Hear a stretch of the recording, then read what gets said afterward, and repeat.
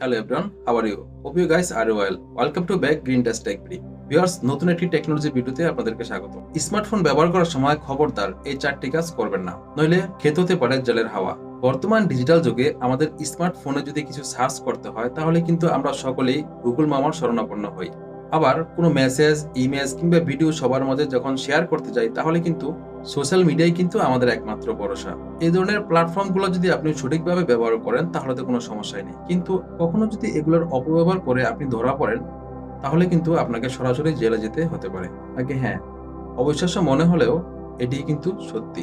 তো ভিউয়ার্স, আজকের ভিডিওতে গুরুত্বপূর্ণ এমন চারটি বিষয় নিয়ে কথা বলবো, যে চারটি বিষয় আপনি যদি সচেতন হন তাহলে আপনি এই বড় ধরনের বিপদ থেকে রক্ষা পেতে পারেন। তা আশা করি ভিডিওটি স্কিপ না করে সম্পূর্ণ ভিডিওটি দেখতে থাকুন। আমরা সরাসরি আমাদের টপিকে চলে যাচ্ছি। আসলে আপনি যদি গুগলে কোনো স্পর্শকাতর কিংবা বিতর্কিত বিষয় সম্পর্কে সার্চ করেন অথবা সোশ্যাল মিডিয়ায় কোনো নীতিবিরুদ্ধ বা ভুয়া কন্টেন্ট শেয়ার করেন, তাহলে কিন্তু আপনি বড়সড় বিপদের সম্মুখীন হতে পারেন, এমনকি জেল হাজত পর্যন্ত হতে পারে। এই প্রতিবেদনে আমরা আপনাকে এমনই কয়েকটি বিষয় সম্পর্কে জানাতে চলছি, আর সেই সাথে একথাও বলছি যে নিরাপদে এবং সুরক্ষিত থাকতে চাইলে এই কাজগুলি ভুলেও করবেন না। যে চারটি বিষয় আপনাদের সাথে শেয়ার করতে যাচ্ছি, অবশ্যই মনোযোগ সহকারে সেই চারটি বিষয় শুনবেন, তাহলে আশা করি ভবিষ্যতের জন্য আপনি সাবধান হয়ে যেতে পারবেন এবং এই অজানা তথ্যটি আপনি জেনে যাবেন। এক নম্বরে হচ্ছে, কোনো নির্দিষ্ট ব্যক্তির অনুমতি না নিয়ে তার কোনো ব্যক্তিগত ছবি কিংবা ভিডিও সোশ্যাল মিডিয়ায় শেয়ার করা চরম অপরাধের আওতায় আসে। তাই এই ধরনের কোনো কাজ করলে কিন্তু কোনোভাবেই আপনি পার পেয়ে যাবেন না। হাতে হাত করা পরে শটান যেতে হবে জেলে।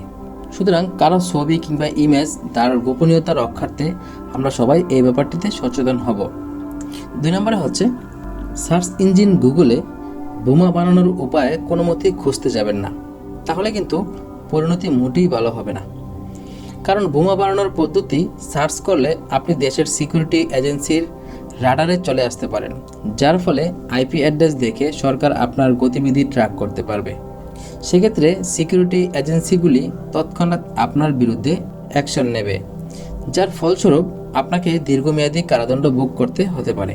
3 নম্বরে হচ্ছে, যে কোনো ধর্ম অথবা উপাসনাস্থলের ক্ষতি করার জন্য সোশ্যাল মিডিয়ার মাধ্যমে বিদ্বেষমূলক মেসেজ ছড়িয়ে দেওয়া, এটি একটি ঘৃণামূলক অপরাধ। তদুপরি কারোর ধর্মীয় বিশ্বাসে আঘাত হানে এমন মেসেজ কখনই শেয়ার করা উচিত নয়। তাই এই ধরনের কোনো কাজ করলে তা কিন্তু পুলিশের চোখ এড়িয়ে যাবে না, আর তার ফলটা যে কি হবে সেটা নিশ্চয়ই আর আপনাকে আলাদা করে বলে দিতে হবে না। কারণ হচ্ছে, আপনি যখন কারো ধর্ম নিয়ে আপনি কটূক্তি করবেন তখন কিন্তু সেই আঘাতটা কিন্তু তার ব্যক্তিগতভাবে লাগে, তখন কিন্তু সে অনেকটা আপনার প্রতি হিংস্র হয়ে উঠবে এবং সে চাইবে আপনাকে যে কোনো মাধ্যমে হোক আপনাকে আইনের আওতায় এনে আপনাকে শাস্তি দেওয়ার জন্য সে চেষ্টা করবে। সুতরাং আপনি আপনার ধর্ম পালন করুন, অন্যের ধর্ম নিয়ে আপনি বাড়াবাড়ি করবেন না, এটি আমাদের ইসলামেও নিষিদ্ধ রয়েছে। এবং প্রত্যেক ধর্মে কিন্তু একটি লিপিবদ্ধ এবং নীতিমালা রয়েছে, প্রত্যেকেই কিন্তু তার ধর্মীয় নীতিমালা কিন্তু সে মানবে, অন্যের ধর্ম নিয়ে সে টানাটানি না করাই উত্তম।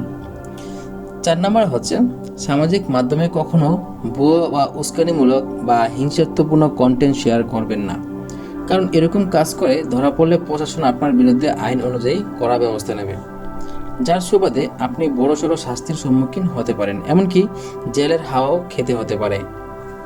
ভিউয়ার্স, আপনাদেরকে যে চারটি বিষয় আমি শেয়ার করলাম, আশা করি এই চারটি বিষয় আপনারা সঠিকভাবে বুঝেছেন, এবং যদি বুঝে থাকেন তাহলে অবশ্যই এই কাজগুলো থেকে নিজেকে বিরত রাখবেন। কারণ এই কাজগুলা আমরা যারা এডুকেশনাল পার্সন রয়েছি, অর্থাৎ আমরা যারা সজ্ঞান ব্যক্তি রয়েছে, তাদের কিন্তু এই কাজগুলো মোটেও তাদের দ্বারা কাম্য নয়। কারণ এই কাজগুলো আপনি যখন করবেন, অন্যের ব্যক্তিগত পার্সোনালিটি নিয়ে যখন আপনি বাড়াবাড়ি করবেন, সেক্ষেত্রে কিন্তু আপনাকে এটার শাস্তি পেতেই হবে।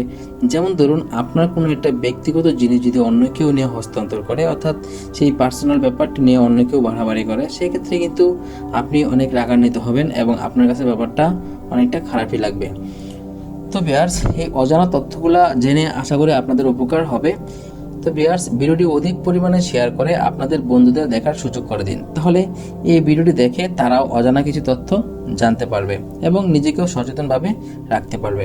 যারা আমার চ্যানেলটিতে নতুন তারা অবশ্যই চ্যানেলটিকে সাবস্ক্রাইব করে আমাদের সাথে যুক্ত থাকবেন এবং বেল আইকনে হিট করে দিন যেন পরবর্তী আপডেটটি সবার আগে পেয়ে যান। তো দেখা হচ্ছে পরবর্তী কোনো ভিডিওতে, তার আগে আপনাদের সুস্থতা কামনা করছি। সবাই ভালো থাকবেন। আল্লাহ হাফেজ।